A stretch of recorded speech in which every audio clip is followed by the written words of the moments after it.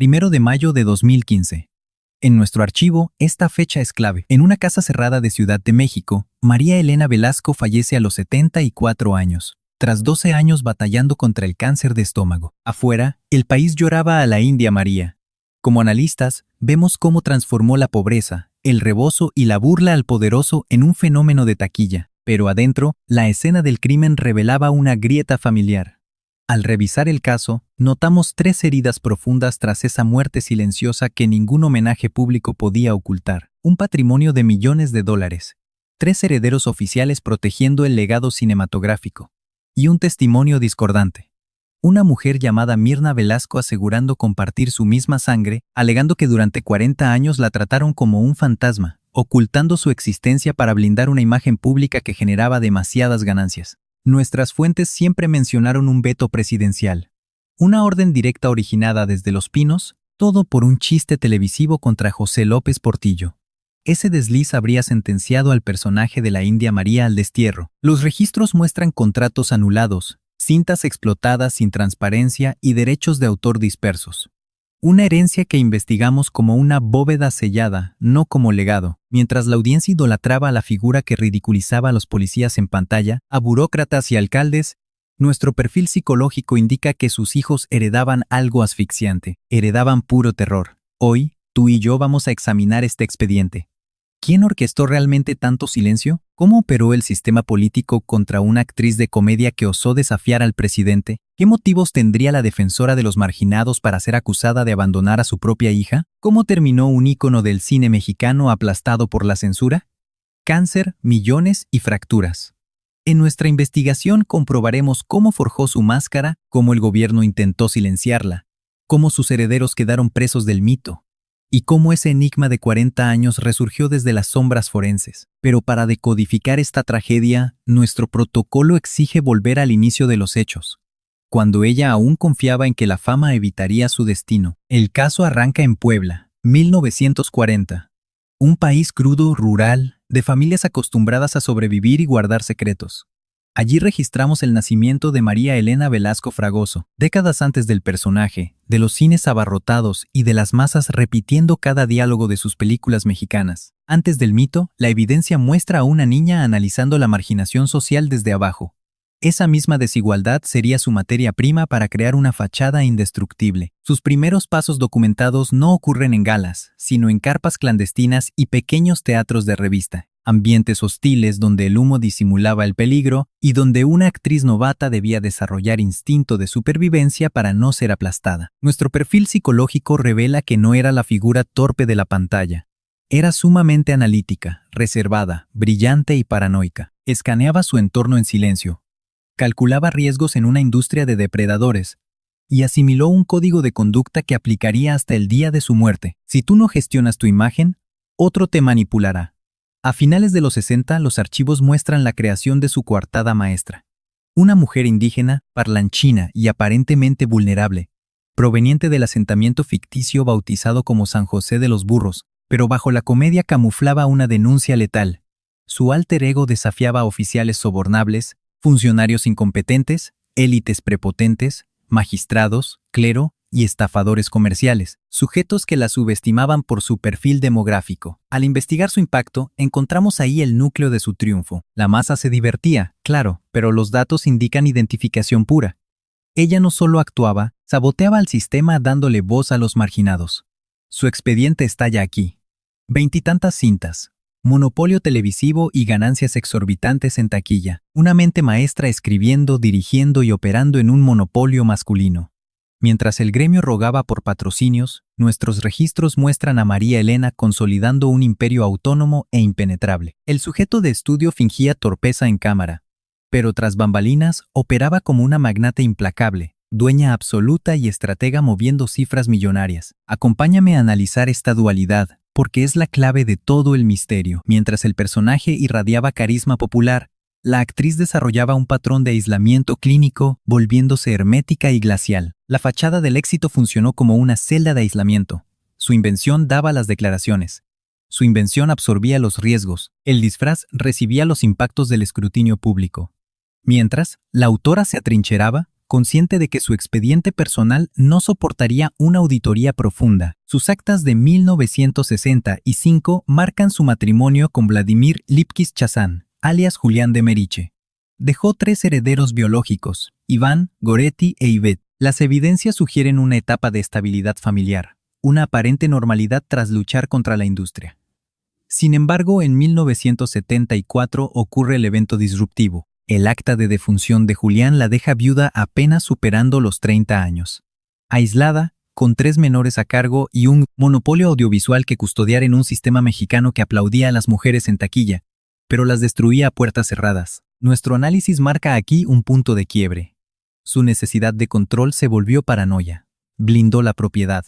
Vetó a los reporteros. Su círculo íntimo operó bajo máxima seguridad. Evaluamos que su personaje dejó de ser ficción para operar como chaleco antibalas, una barrera mediática multimillonaria, idolatrada por la nación, pero diseñada para defenderse. Cada carcajada ocultaba evidencia, cada estreno cimentaba un muro protector. Su índice de poder escalaba, directamente proporcional a su nivel de reclusión. Tú y yo sabemos cómo operan estos casos. Un blanco de alto valor, sintiéndose acechado, inevitablemente busca alianzas en las peores sombras. En esa zona cero de paranoia, fortuna y hermetismo, detectamos el origen exacto del colapso inminente, porque calculó mal. Creyó tener jurisdicción total sobre su fachada, su mansión, su linaje y hasta su historial oculto, pero en mi investigación comprobé que nadie controla una mentira eternamente. Este secreto no nació en zonas pobres ni foros fílmicos. Lo rastreé hasta esos corredores donde la fama se pactaba a puerta cerrada, en las oficinas de Televisa, donde, según mis fuentes, una sonrisa te abría el país y una orden te borraba del mapa. Mis archivos indican que ahí, María Elena Velasco encontró algo que jamás pudo comprar con taquilla, premios o todo su dinero: protección absoluta. Un hombre con poder para blindar carreras, destruir enemigos y decidir quién salía en la televisión mexicana. Analizando la época, Raúl Velasco no era un simple conductor. Era el dueño absoluto de los domingos. Siempre en domingo no era cualquier programa. Era una aduana estricta. Entrabas como un perfecto desconocido y salías siendo una estrella. O entrabas famoso y salías arruinado. En mis registros veo cómo Raúl observaba, aprobaba, corregía y castigaba. En ese México donde Televisa funcionaba como brazo del gobierno, él no necesitaba gritar para infundir un miedo paralizante. Le bastaba un simple gesto.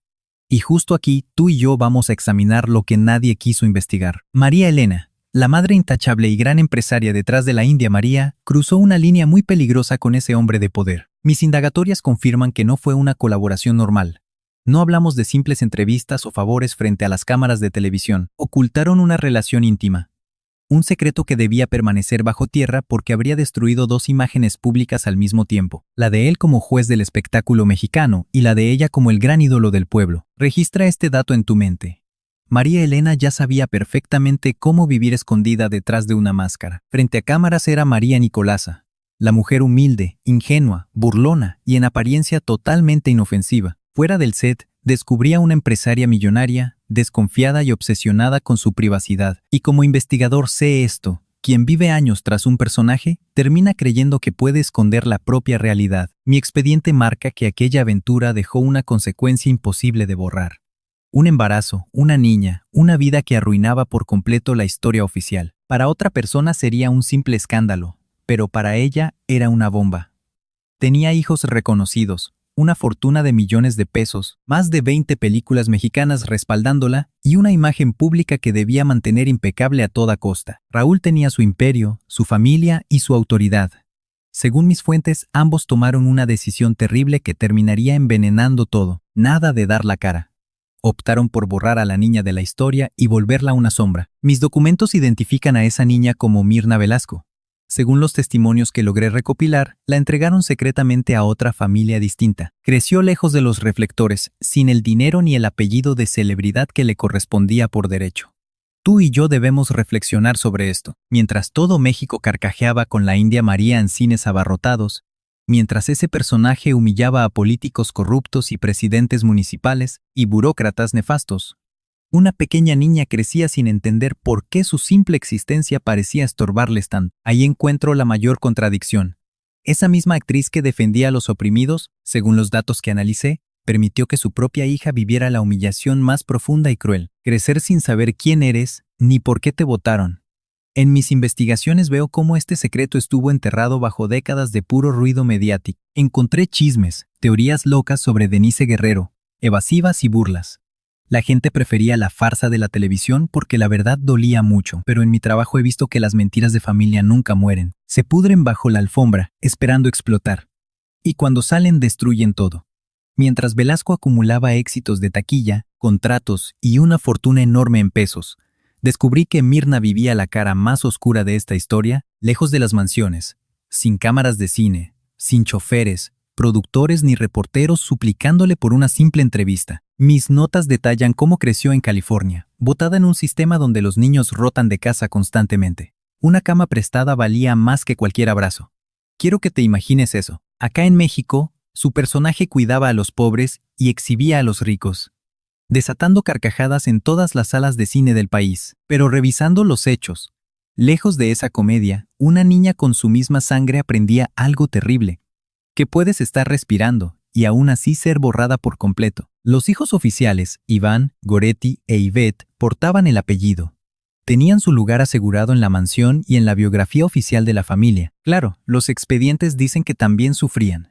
Vivir con una estrella obsesiva y paranoica del cine mexicano no era fácil, pero al menos ellos sí existían públicamente. Pero Mirna, según las declaraciones que pude corroborar en mi trabajo, ni siquiera tenía derecho a eso. Cero fotos familiares reales, ninguna explicación coherente, y mucho menos una madre dispuesta a reconocerla frente al mundo. Repasando su niñez, solo veo puro abandono. Refugios, extraños viéndola como un estorbo, y una madre adoptiva a la que describen como sumamente fría, perdida entre humo de tabaco, totalmente incapaz de darle a esa niña el amor necesario para no sentirse como un desecho. Un ambiente tóxico donde el cariño era pura suerte. Casi nunca llegaba. Y justo aquí es donde el caso toma un giro mucho más oscuro. Mis fuentes confirman que Mirna no solo sufrió abandono, vivió en peligro constante. Sus declaraciones revelan un incidente gravísimo en esa casa que la hizo romper el silencio. Tuvo que denunciar a un adulto siendo apenas una niña vulnerable. Como he documentado, eso desató un pleito legal larguísimo y bastante brutal. Hoy, tú y yo evaluaremos uno de esos casos que no terminan al archivar el expediente. El sujeto sale del juzgado, pero el trauma persiste. Y fue justo ahí, en pleno colapso emocional, cuando esta joven recibió la frase que fracturó su psique. En sus declaraciones, Mirna detalla que su madre adoptiva, durante un ataque de ira, le arrojó la verdad con la fuerza de un proyectil. Le confesó que no era su hija biológica, que sus creadores genéticos eran Raúl Velasco y María Elena Velasco, que la habían desechado, pagando para mantenerla oculta del escrutinio público, sin mostrar el menor vínculo afectivo. Analicemos esto. Esa revelación no solo destruye una infancia, desmantela toda una identidad. Muchos individuos descubren su árbol genealógico revisando fotos en casa. Mirna testificó que recibió este dato como una condena absoluta, sin afecto, sin red de apoyo, sin ninguna reparación emocional, como un ataque clínico, una prueba de que su existencia siempre fue tratada como un daño colateral que personas de poder necesitaban encubrir. Psicológicamente, su realidad se reconfiguró. El abandono dejó de ser un accidente para revelarse como una decisión calculada. La carencia fue consecuencia. El silencio no fue azar, sino un operativo de encubrimiento. Y mientras la India María seguía siendo idolatrada en México, Mirna comenzó a procesar esa imagen con una disonancia cognitiva brutal. ¿Cómo una mujer hace reír a millones mientras abandona a su cría en el exilio? Este es el perfil oscuro que los medios censuran, la narrativa suprimida cuando retransmiten sus cintas en televisión abierta.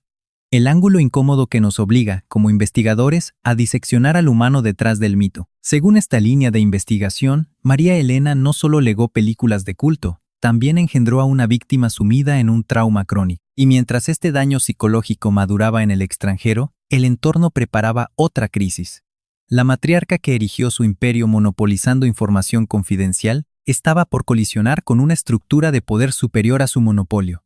Una maquinaria de censura capaz de extinguirla del aire con una orden. A principios de los 80, tú y yo sabemos que en México nadie ridiculizaba al presidente sin enfrentar consecuencias severas. Definitivamente no.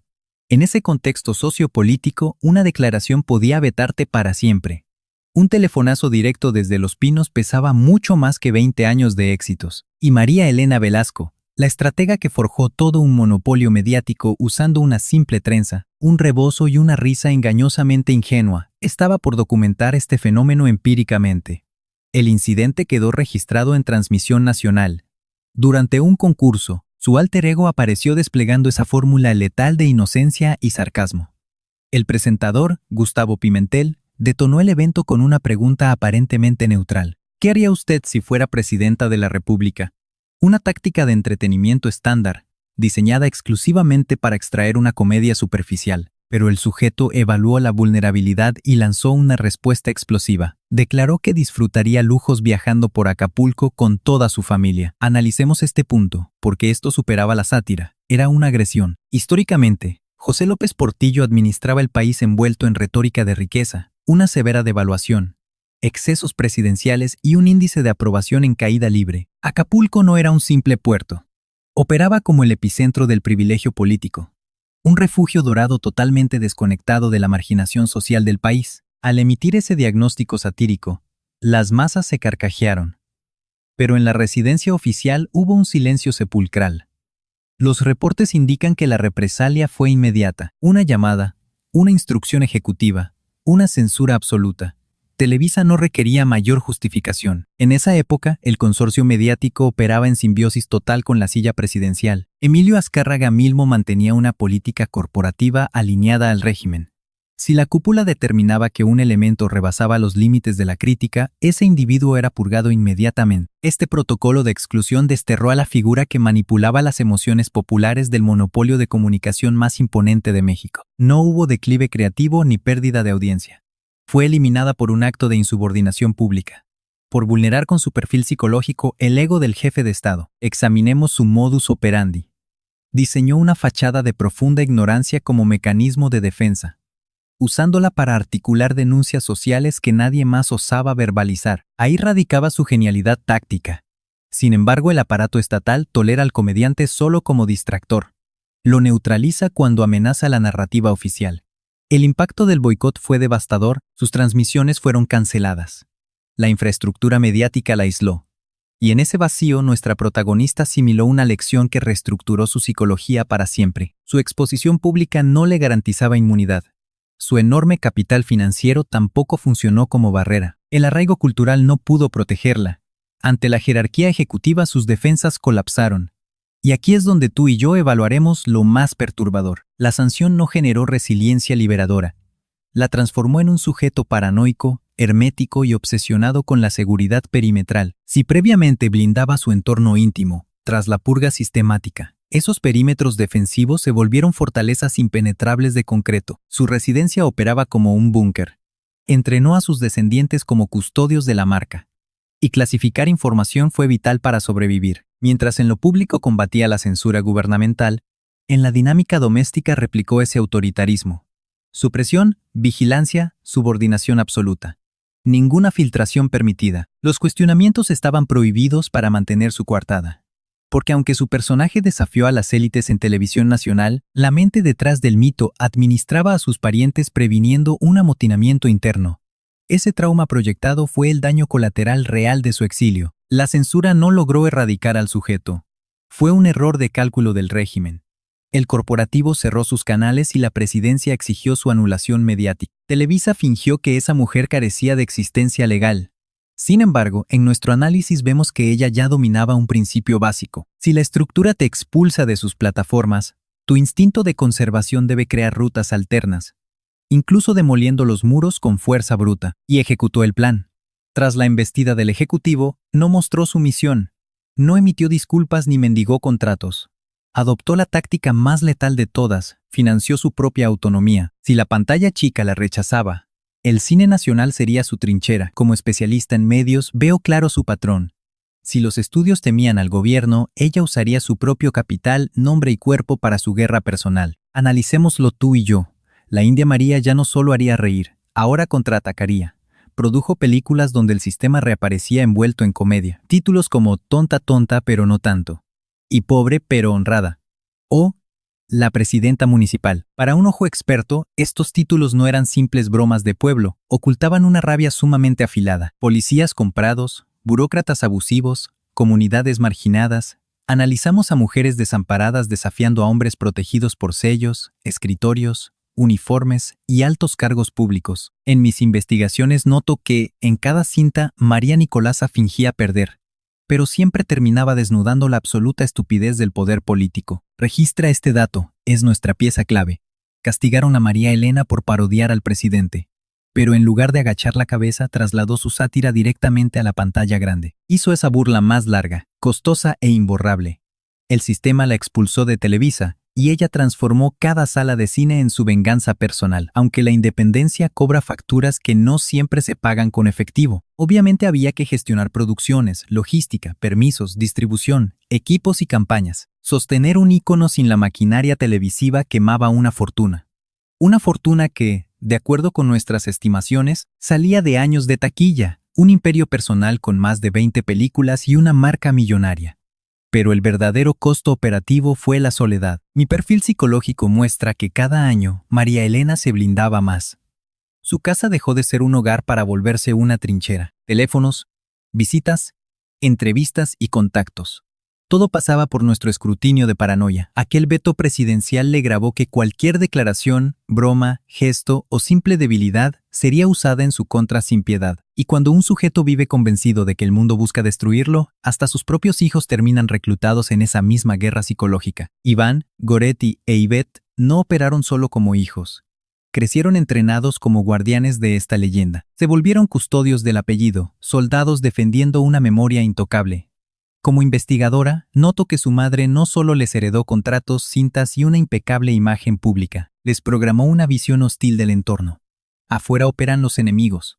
Afuera acecha la prensa amarillista. Afuera radican quienes buscan robarte.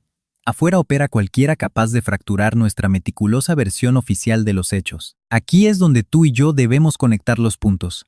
Bajo esa óptica clínica, Mirna no representaba una herida por sanar, sino una amenaza que debía anularse. El mandatario la sentenció al mutismo gubernamental, y ella instauró ese mismo silencio como ley suprema en su núcleo familiar. El aparato político la censuró, y ella aprendió a censurar cualquier filtración que pusiera en riesgo su búnker. El gobierno la borró de las pantallas, y en respuesta, ella borró de su expediente biográfico a la persona que, según mis fuentes, más imploraba reconocimiento. Clínicamente, así opera el trauma no tratado. Hace eco, modifica sus facciones y muta de zona de conflicto. Primero detona desde Los Pinos, después contamina la sala familiar. Inicialmente lo perpetra un presidente de la República. Posteriormente lo replica la propia madre. Y mientras su personaje derrotaba a los caciques corruptos en taquilla, en mis archivos consta que María Elena perdía una guerra doméstica mucho más destructiva, porque viéndolo objetivamente, puedes erigir un imperio enfrentando al Estado, hacer carcajear a México, abarrotar cines, producir cine independiente, aplastar el veto y usar esa censura como gasolina. Pero si blindar tu estatus implica secuestrar psicológicamente a tus hijos en el miedo, dejando una verdad desangrándose en la banqueta, entonces declaro que ese triunfo nació pudriéndose desde la raíz. La patología no nació del veto, sino del monstruo que éste detonó.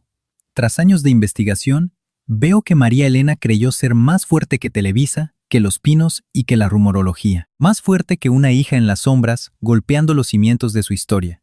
Sorteó la guillotina presidencial, autofinanció sus rodajes y procesó aquella censura mediática para volverla su propulsor. Sin embargo, detectamos un adversario biológico que rechaza sobornos, ignora jerarquías y jamás se conforma con ganancias de taquilla.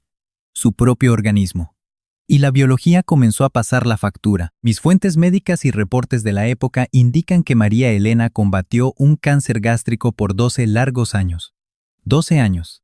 Anota bien esa estadística en tu libreta. Fueron 12 años ocultando síntomas, gestionando su expediente médico en la penumbra. Como si los tumores pudieran censurarse del libreto oficial. Allá afuera, México veneraba a una India María inmortal. Una entidad folclórica de trenzas y rebozo que, en mis estudios de medios, pertenecía al mito colectivo, no a la vulnerable biología. Pero aislada en su fortaleza, la actriz se desvanecía en silencio. Bajo mi óptica investigativa, esta ironía resulta desgarradoramente brutal. Hablamos de una estratega que manipuló reflectores, Monopolizó contratos, silenció descendientes y orquestó su propio exilio televisivo. Terminó encarando un dictamen oncológico imposible de editar. Aquí no había forma de falsificar los análisis médicos, repetir la toma, ni maquillar la metástasis como un sketch de comedia. Esta vez ningún disfraz folclórico lograría blindarla. Al arrancar el 2015, su colapso orgánico rompió el cerco y fue innegable. En mis notas tengo que la hija de Moctezuma, su testamento fílmico, conservaba la huella de esa obstinación clínica por no claudicar, pero su anatomía claudicó en la hora más crítica. Desde la criminología narrativa parece que el destino cerró el expediente justo donde germinó el mito. Quien por décadas instrumentalizó el dinamismo físico, la mueca exagerada y los gritos como armas de control de masas quedó paralizada. Los narcóticos ya no bastaban, el dolor desmanteló su sed, y cuando un objeto de estudio tan controlador abandona prematuramente el reflector, los especialistas sabemos que el desenlace es inminente. El 1 de mayo de 2015, María Elena Velasco falleció a los 74 años. El país idolatró su luto.